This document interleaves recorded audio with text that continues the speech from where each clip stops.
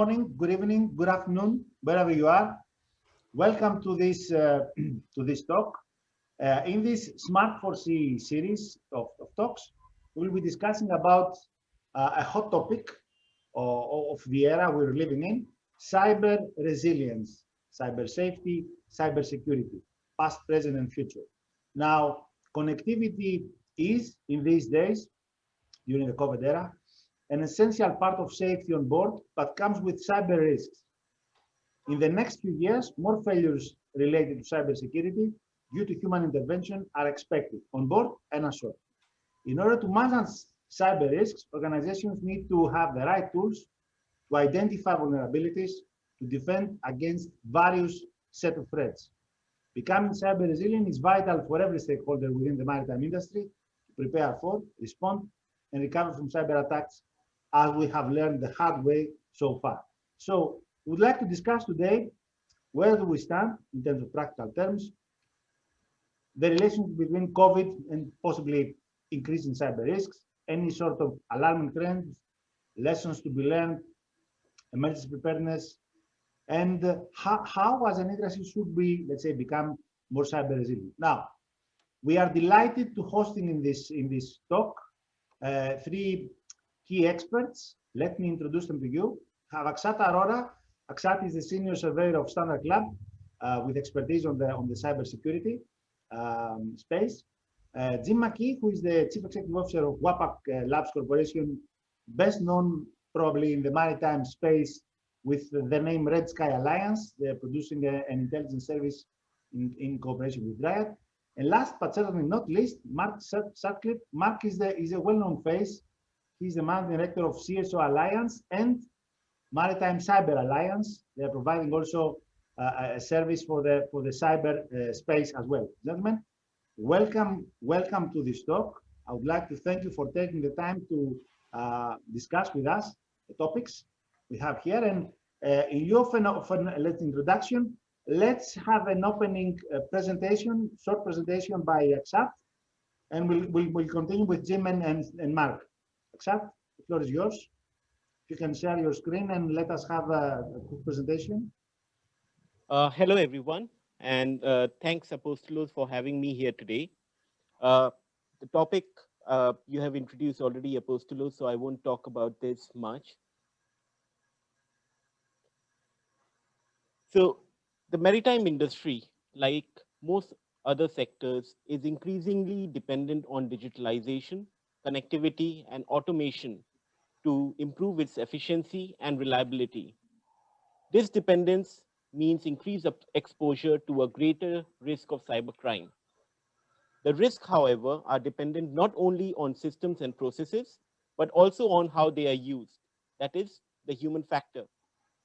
The pandemic has forced organizations and individuals to embrace remote work practices with greater reliance on electronic systems. This crisis has also given an opportunity to malicious cyber actors to exploit the situation.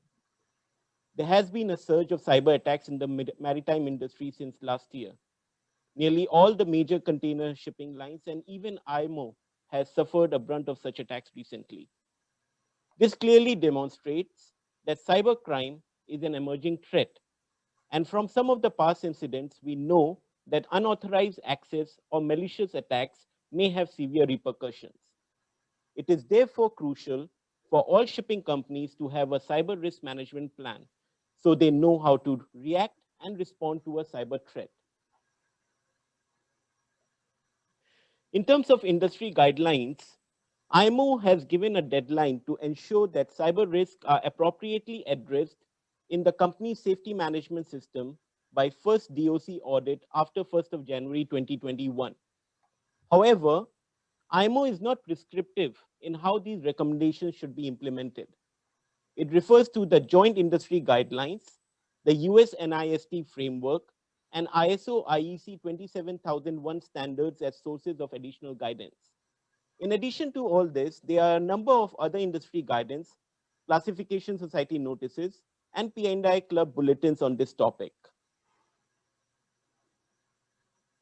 There are some other considerations that go into cyber risk management.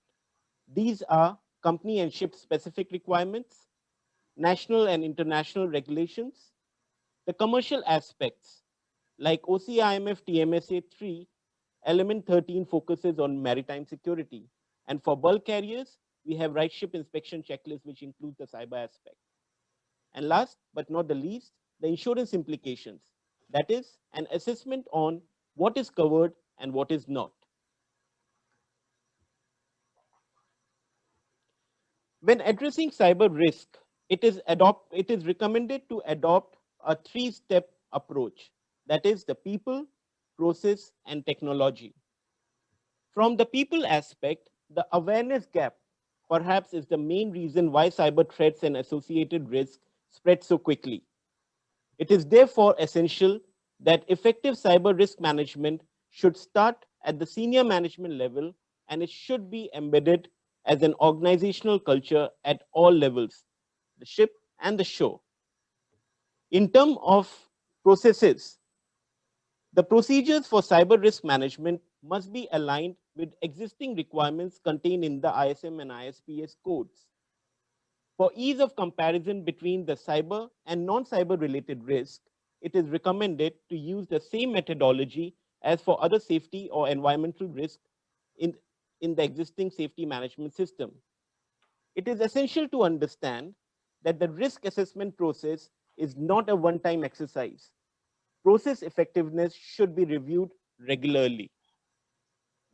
And lastly, from the technological aspect, the right solution for each organization will be different. And to assess the risk, it is essential for any company to evaluate its IT and OT system capabilities. IT stands for information technology, and it covers a spectrum of technology for the information processing. Some examples are email, plan maintenance system, procurement system, electronic manuals or certificates, etc. OT, on the other hand, stands for operational technology. It refers to the hardware and software that directly monitors and control physical devices and processes. For example, your bridge systems, the cargo handling systems, propulsion and machinery management systems, access control systems, or the communication systems. Traditionally, the OT and IT systems have been separated, but these are very much integrated now. So it should be known that the disruption of OT systems may impede the ship's operation or cause risk to safety of life, property, and environment, while the disruption of IT systems could lead to significant risk ranging from reputational damage and legal to financial losses. Mitigation strategies to counteract cyber threats should be a multiple layered approach comprising of protection measures which consider the role of people, process, and technology. Companies should understand the threat, identify vulnerabilities, assign key roles and responsibilities, define internal processes, and develop contingency plans to detect and respond to a cyber event in a timely manner. For business continuity purposes, it is vital to restore the systems as soon as those have been attacked. On board the ships, the defense approach should be driven on maintaining the basics. Appropriate measures can be established easily by raising awareness, developing a cyber sense, maintaining a cyber hygiene, and following correct procedures. And with that, I will hand it over to you, Apostolos. Thank you. Thank you very much, Akshat. Thank you very much. Now, let's move to Jim and Mark. Let's start with Jim. Jim, can we have a brief introduction by your end on what you do and what you bring to the table with respect to cyber? Thank you. Yes, Wellpack Labs, also known as Red Sky Alliance, is in the cyber threat intelligence business. And people say, well, why do I need intelligence? I have nothing worth stealing. Well, everyone has something worth stealing these days, be it usernames and passwords, data, files, information on cargoes, everything from intellectual property to actual containers. What we have developed over the past 10 years is a system using our sources and our collections, which are global, that we can inform organizations, businesses, ships of what threat has not broken into their network yet. And you'd say, well, Jim, why is it important to know something that hasn't broken in yet? Well, why not avoid a breach if you can by being aware of who's trying to break in? For years, I've used the story of the Siberian sleigh driver. He's not concerned about all the wolves in the world, not all the wolves in Siberia. He's only concerned about the one wolf that's chasing his sled through the snow. And that's what we offer to our clients, is we tell them the targeted intelligence that is going after them and how to block it. We can take our data, or you can take our data and take the threats, put them into your internal security, into your SIM, and you can effectively blacklist these threats on a daily or hourly or by the minute basis. If you blacklisted them, they cannot get through your normal security measures. The thing that makes our system so much different is you don't need a wire. You can't hook up a wire to a ship. We don't have wires long enough. We don't need you to install hardware or software or an appliance, because every time you add another piece to your information security system, you're also opening up for vulnerabilities. And so we don't touch anything.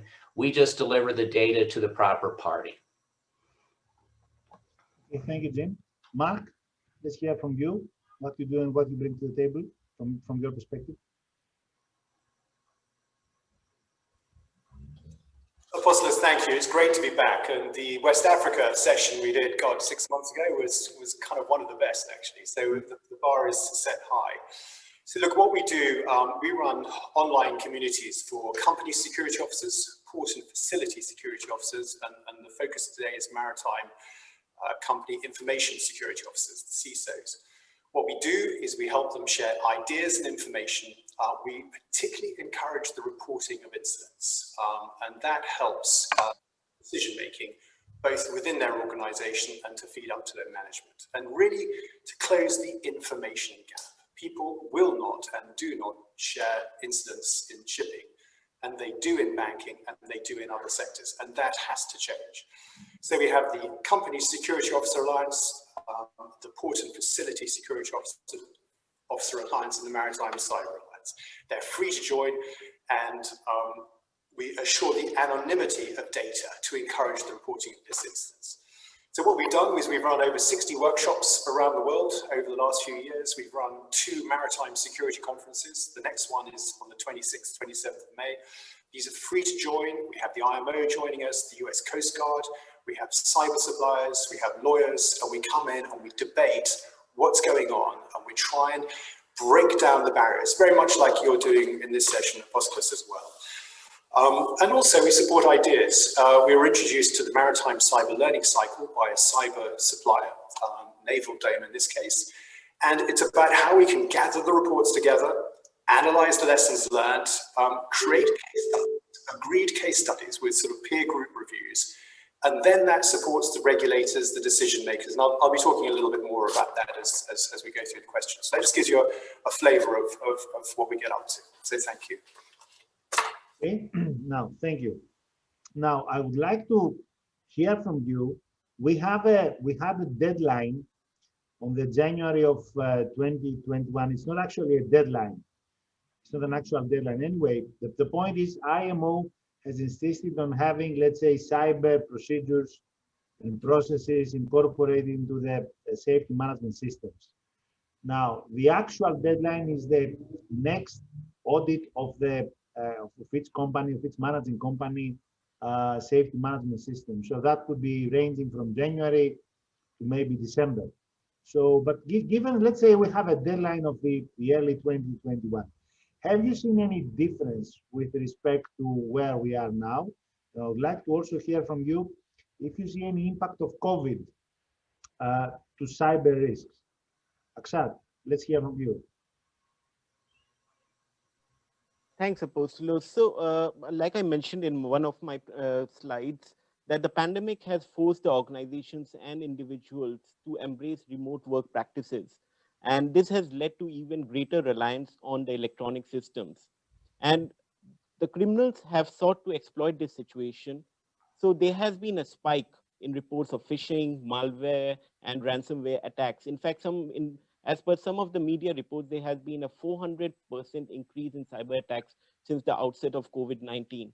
So it is expected that the trend of malicious activities will continue throughout the crisis. Now, in terms of the 1st January deadline and where the industry is standing as of now, so from the Standard Club perspective, the loss prevention department, we have a program of ship risk review and a member risk review, where we assess the members' approach to safety and quality assurance. Now, through this SRR and MRR program, we look at specifically how the members' quality assurance process is. And we have included the cyber way back last year as a means of assessing members' maturity, cyber maturity level. And there has been a huge disparity. I mean, if I have to talk in terms of some of the companies have been investing largely into the cyberspace, their maturity levels, while some of the companies are just doing for the sake of regulatory compliance. They are just filling up the paperwork just to show. So there is a huge disparity as to where the industry stands at present. I see. I would like to hear from Mark on this. Jim, let's hear from you, your perspective. I'll come back with respect to what companies are doing. Jim, let's hear from you. Well, we've noticed a big increase, and I always use the term 300 to 400% increase in phishing. People are concerned, they're afraid of COVID, and they see an email that may look official from a government or healthcare organization, or even something that looks like it would come from their personal doctor or medical center. And so people have lost focus, and they've opened up everything to see if there's something they can do or something they can learn. Early on last year, people were looking for vaccinations that were just recently becoming available. And so by opening up these phishing emails, which are hitting people at offices and working from home or working from a safe port, well, they're opening them up and they're being infected with things like TrickBot and TrickBoot. And those are the Trojans that the hackers use to then insert malware and ransomware. So you get the fear factor of COVID, people lower their defenses, and then they get the Trojans put into their system. So it's still growing. You know, I'm lucky enough to have had my 2 vaccinations, but there are plenty of people out there around the world who haven't had one yet. And so they're very concerned about this, and they'll fall for the phishing. Okay, Mark? Yeah, I think the threat and the impacts were growing kind of even without COVID, but COVID certainly accelerated. And bear in mind that the estimate is about 1% of the world's GDP is lost to cyber crime, and that's from McAfee. And to put that in context, that's an estimated $1.5 trillion per annum. That's 3 times the size of Walmart's annual revenue. So what do the hackers do with this colossal amount of money? Well, they're investing in new tools, they're investing in new training, and in new talent. They give them pensions, bonuses, holidays. So don't think for 1 second that this is not going to accelerate or continue to accelerate, in my humble opinion. And bear in mind that we just looked at some research this morning, and 33.10% of companies who do actually pay a ransom don't actually get their data back. So this is incredibly serious. So when you actually look at the great work that Jim and the Red Sky Alliance do to try and open the eyes of companies as to what's coming down the track, there is a real, clear, and credible threat to maritime, and I mean ports, shipping, and the supply chain. So yes, the remote working has made us more vulnerable. It's made it easier for them to social profile. But I think the underlying threat is growing anyway, in my humble opinion. Okay. Now, do you have any sort of feedback with respect to what happens after the deadline? I know and I understand. You said it earlier on. The people in the shipping industry are very shy and don't like to share. do you have any sort of feedback from your network, let's say, of what is happening after the, let's say, that let's so call it the deadline? It's not a deadline. Anyway, let's call it a deadline. Yeah, it's a brilliant question. I think it's very much work in progress. You know, we've now got our IMO, the regulator, it's engaged, and it's a start. It's not perfect, even by anyone's standards, but it's a beginning. But we have to work with the tools we've got. But I think more importantly, we've got to get the management to buy into what's going on, to have any chance of driving change. Otherwise, I think it'll simply not happen until we're punished enough to learn how to do it. Now, traditionally, shareholders would hold the management to account if the share prices dropped because the appalling cyber principles. But the majority of shipping is in private hands, so there isn't that sort of shareholder pressure. And many ship owners are totally used to taking risks. So that they're not actually sort of seeing cyber as a really credible risk. And that's because we're not gathering the cyber incident information in a credible way and playing it back to the boards going, this is actually what's going on. So we know it's happening. Anecdotally, we talk to enough people in the industry, and really what we'll be discussing in this session is how do we gather this data together so you can really understand the importance of the threat. And there is an impact to the share price if you have to report. It does take time to recover. Okay, Akshat, can you share with us any sort of feedback with respect to any sort of insurance premiums suggested by the club with respect to cyber? So talking in terms of the insurance cover, generally the P&I club rules are quite broad. So let's say an incident caused by due to the malfunction of ships navigation equipment or failure of mechanical systems because of cyber attack, it could lead to a third-party liability. And in such cases, the members' normal P&I cover will respond unless the act can be characterized as terrorism or war risk, which are excluded under the club's rule.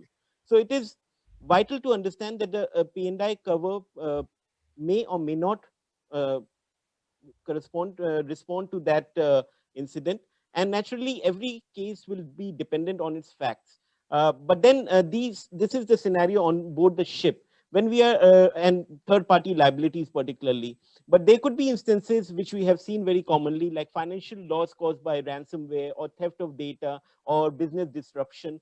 For these things, P&I cover will not be responding. And there are insurance covers available in the market which are tailored for these things. And so basically the members are recommended to assess their risk and to focus on whatever insurance gap that they have and fill it up appropriately. Okay, thank you. Now, Jim, are there any alarming trends, specific alarming trends from what you see? You monitor dark web activity as well. But I would like to ask you specifically any sort of alarming key trends you see in the maritime space.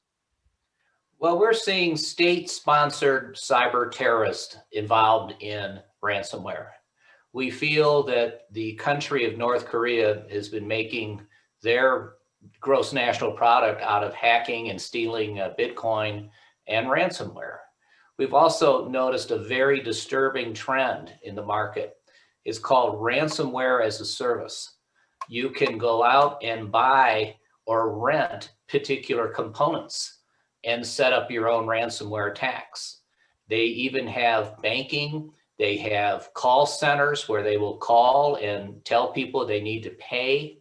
We have an automatic dark web search engine that we actually go out and we search the dark web for our clients and see what's out there for sale. And to make even more money, there are auction sites out there. There's a Russian auction site where they sell data. And it's just like going to a ship auction or a car auction. The highest bidder gets the data. And as you said, all of this money, the trillion or $2 trillion, is going into people's pockets for drugs and guns and human trafficking. It's not just cyber, it's global crime, and it's funding it all. And we're here to stop it. And it's a big job.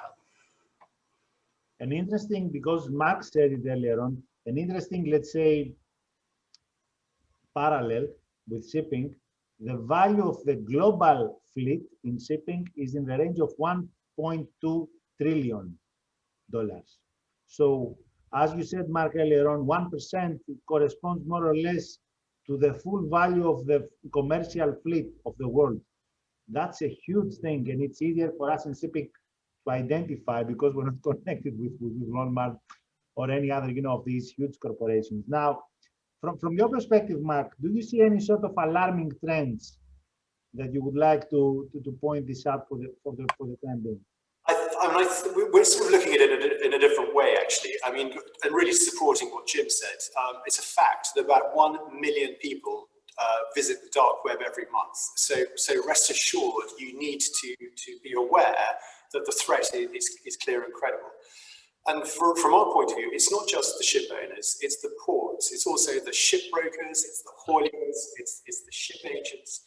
And here's the statistics. We have 1.6 million port calls per annum between at least the 50,000 ships in merchant marine and about 4,000 major ports and terminals. So there's an incredible interaction of data, of cash, and that is, I'm tragically aware now, is what the hackers are plugging into.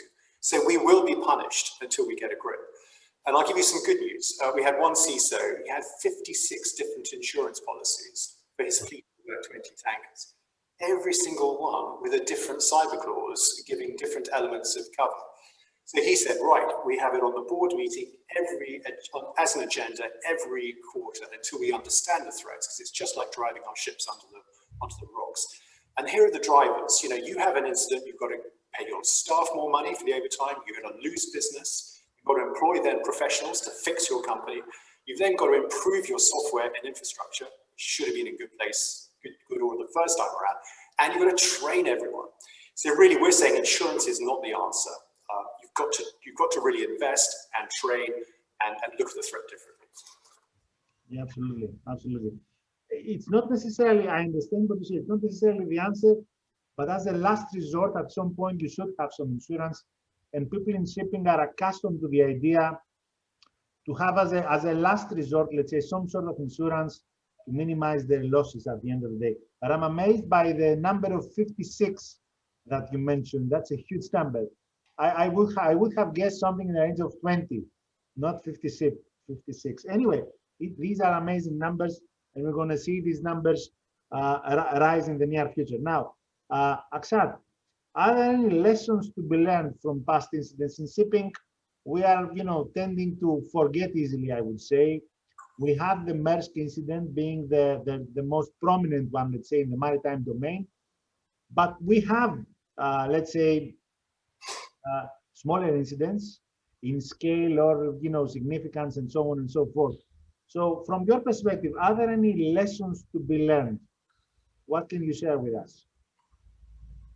Yeah, I agree with you, Apostolos. The sophistication of some of the recent cyber attacks signify that the threat landscape is dynamic and it is evolving at an unprecedented pace.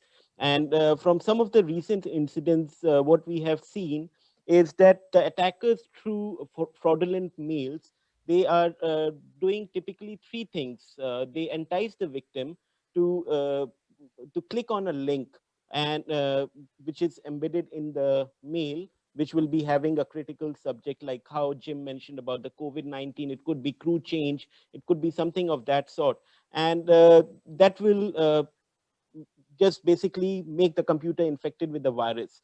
Or it may contain, the mail could be containing an attachment which contains a virus as well. And there have been also some cases where the hacker might be impersonating other person from the same organization. So in all these cases, basically there is a common sense and treating unexpected mails with skepticism, where you can actually cut down on all those things. And basically it all boils down to the training, how well you're making your people both on shore as well as on board well aware of these risks, how well you're doing your cyber hygiene, so you can cut down on all these sort of incidents. And of course, then there is the firewall and network security and all other tools to assist in this matter. But I have to say from my personal experience here, we have been hacked, I think, four something years ago, due to a mail. Due to a mail, it was a phishing. Someone opened the email. The point is, if someone sends an email and you have 20 recipients of an email, you cannot be certain that each one can understand that. So anyone might click the email. I can say that we don't have such problems now because we have taken more measures. We've moved to Office 365, meaning we try to minimize, let's say, the potential spam, to put it in that sense. The point is, you can never be certain enough, and we have 45 people here. You cannot be certain enough and sure enough, let's say, that no one will make the wrong move, let's say, to put in that sense. But I understand what you say, the initiative that you have to take, and as Mark pointed out, to train your people and make sure that they're not making the wrong move. But it's a never-ending process, actually. It's a never-ending process. Now, Jim, from your perspective, are there any lessons to be learned for the maritime domain? What do you see? Yes, they're basic lessons. And I ran a payment processing company for 14 years, and we were being bombarded with people who were trying to steal money. That's the motivator. But what we did is we instituted two-factor authentication for being able to enter any of our systems. All of our data was encrypted in transit and at rest. And so that way, if someone tried to get in, they'd find they couldn't get anything. And it all goes back to what all of us been talking about, is training and awareness. And you have to have backup data. We had a data center in the Midwest, and we had a hot backup center in Phoenix, Arizona. And that way, if we did see a problem, we could shut one set of servers down, and we had all of our data to the second because they ran in tandem. But this way, by having backups, having security, having encryption, changing our passwords, but the two-factor authentication was the best because you had to have a unit like this to get into anything. You couldn't just have your mother's maiden name. And so the lessons learned, and you used a term here when you sent me this information on the resilience. That's bouncing back from a horrible event. And what you have to do is have a fire drill and look at this horrible test and then back up from that. That is the planning that all organizations should be doing. And I'm sorry I'm at zero. I fully understand that. So you learn it the hard way if you don't take it, at face value. Mark, any lessons to be learned? Yeah, we're coming in, it'll come as no surprise, a subtly different perspective. Because once you've got your kind of crown jewels protected and you've fully trained your staff, which most people don't do either of those things, it's actually going to be down to the quality of your recovery from an incident by which everyone will judge you. And here's the statistic: 81% of the companies surveyed by CyberEdge in 2020 for their cyber defense report, 81% had suffered an incident.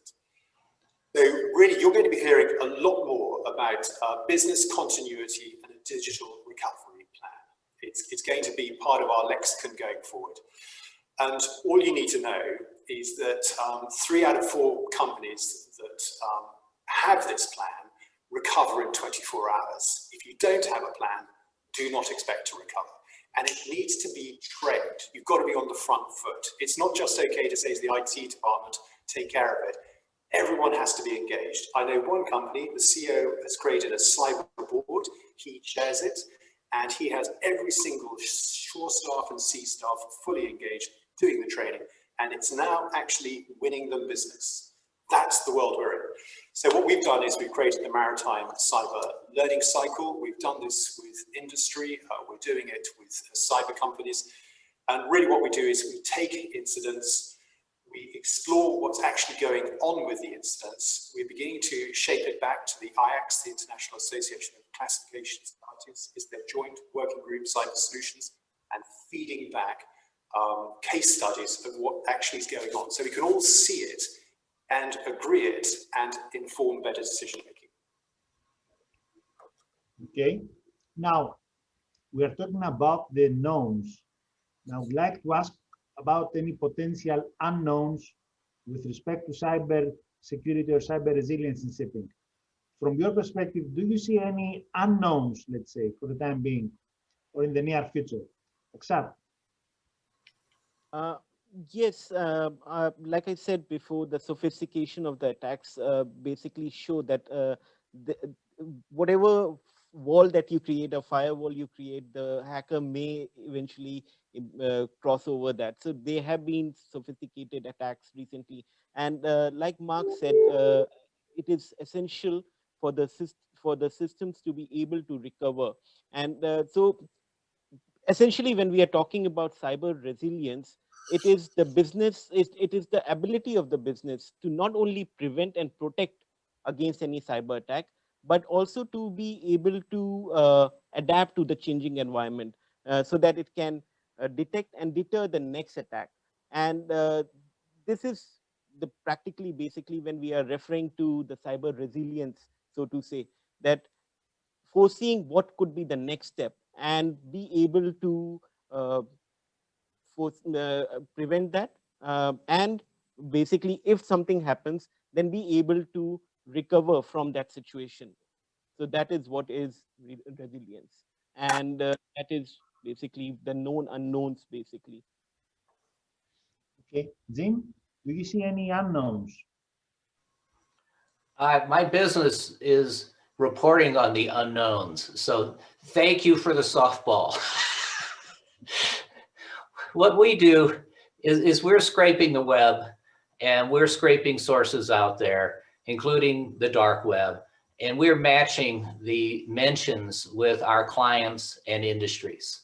So we can follow the financial, the oil, gas, the maritime, healthcare in a general mode, but then we can pull the exact attackers for any domain. And I mean domain, entity.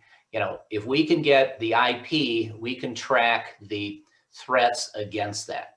And this goes back to my original statement, is we're reporting on things that you haven't seen yet. But with our database and matching it with some open source intelligence, which can give us 0-day and tell us more about the particular threat or threat group, we can do an immediate job of helping people before they're attacked. I have cyber insurance, and I look at the standpoint of when you buy cyber insurance, you're hoping something bad's not going to happen. But what if you use a service that keeps you from getting an attack in the first place and having a claim? That should be one of the things at the front of the queue here of how do we keep these attacks from happening in the first place? Yeah. I'm asking this about the unknowns because in shipping we tend to say after an incident, like the one, for example, we ever given, talking about the black swans. And when it comes to black swans in shipping, in our industry, I mean, we say, wow, this is out of the blue. But then gradually everyone says, we should have predicted this. It was something meant to happen. That's why I'm asking about these unknowns, because it makes sense. We see that the bits and pieces are over there, but it seems that we tend to miss the big picture. Now, Mark, from your perspective, are there any other unknowns that we should be aware of? It's a fascinating question, and so we can show you evidence of $500,000 stolen from a broker, $500,000 stolen from a ship manager, kind of malware affecting OT of ships. There is stacks of data, but it's all isolated. Our job is to consolidate it and make it credible, so it changes the behavior. And really, the key question, Apostolos, is so what? What really, with this maritime cyber learning cycle, we're asking ourselves, what behavior are we trying to change? Because people might go, okay, someone else is here. I simply don't care. So we've got to actually make it actionable information that actually they go, oh my God, I can't let this happen to my company. And it's almost like a duty of care of an employee if you're a CISO or a seafarer or a CEO, a duty of care to the company. So it's a culture change that we're really looking to change. And look, ITIC paid out $4 million on cyber claims last year. So there's one statistic. So we know the money is being paid out. We know a lot of new cyber policies came out.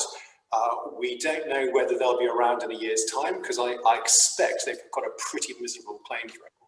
So it comes back to, our title is Security Through Community.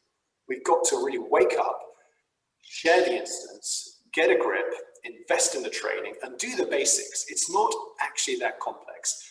And have your plan, that's tested, then you can recover, and then your management and your shareholders will forgive you. And indeed, most importantly, your clients will forgive you if they can see you're on the front foot and doing it properly. Yeah, but we also have to, I'm always saying this, we have to understand the changing landscape with respect to ESG, and how especially the listed companies will have their shareholders being, not taking hard on them if they don't do their, let's say, due diligence properly. So we have to understand that there's a changing landscape out there, and we have to bear this in mind in our own, let's say, calculations we do. Yes, Mark, yes. I say we were the hedge fund who had invested in ports, and they were horrified with the management's attitude to their cyber policies. It's going back about 18 months. And do not think for 1 second they didn't have the ability to communicate to the management, to get a grip, invest, or they would actually simply change the management. I mean, that's the meeting we had in this London hedge fund. I mean, these guys are totally ruthless. Now, I'm not saying shipping shareholders are as ruthless as that, but that's the attitude, that's the culture. And if you don't, that's a humble opinion. I'm not saying it just gives you one perspective. Yeah. Now, we have to conclude this talk. I would like to ask you one last question. I would like you to sum up something like an advice, or ask you if you could change one thing to make our industry more cyber resilient. What would you change and why? Akshat. Apostolos, like I said, the cyber resilience is the ability to adapt to the changing circumstances. And basically, the idea is to that any company or an organization should be able to effectively utilize all its assets, whether it be people, information, technology, facilities, to support their day-to-day business. The defenses should be fortified. And for this, there is a lot of industry guidance available. But from my side, I would just say that stick to the basic. Do not make it too complicated. The US NIST framework actually provides 5 functional elements. Those are the basics. And if those have been taken care of, like identify the risk, detect the risk, protect assets, responding and recovering, these are the 5 basic elements. If all those things have been taken care of, I think the organization can aim towards the cyber resilience. Do not try to complicate the matter, and keep it pretty simple. That is my suggestion. Thank you. Jim, your thoughts? Well, I think we've covered them all in various ways, but I think awareness from the top management down to the lowliest clerk, people have to be aware, they need to be trained. I talk to companies all the time that say, oh, we had training. It's like, well, when was it? Oh, it was about a year ago. Well, that's overdue. You need to have ongoing training, ongoing awareness. And as I said before, there's some very simple things here of 2-factor authentication. And we've seen SAP systems that have been spoofed. And you have to look very carefully that everything that comes through. We've also noticed that there are people demanding money. And it's not that it's ransomware yet. A request comes in late on a Friday afternoon that so-and-so needs a wire. Don't send the wire. Pick up the phone and call the person whose email was keylogged, and you're getting spoofed, and you're going to send some money to Cambodia, and you're never going to get it back. And so you have to question, you have to ask questions, you have to have protocols to follow. And I'm not going to bore you with protocols. We could talk for another hour and put your audience to sleep. But the thing is, we know what they are, and you have to follow them. Yeah, absolutely. Thank you very much, Jim. Mark, your take. I kind of sort of want to finish on a sort of an upbeat tone. There is a lot of progress. IACS, the IMO, the P&I clubs, as we've heard from Akshat, people are really investing a lot of time, effort, and energy. And you have to, because as we've established, the criminals are making $1.5 trillion a year out of this. So, and what do? They sell our information. They've stolen from us. That's all they're doing.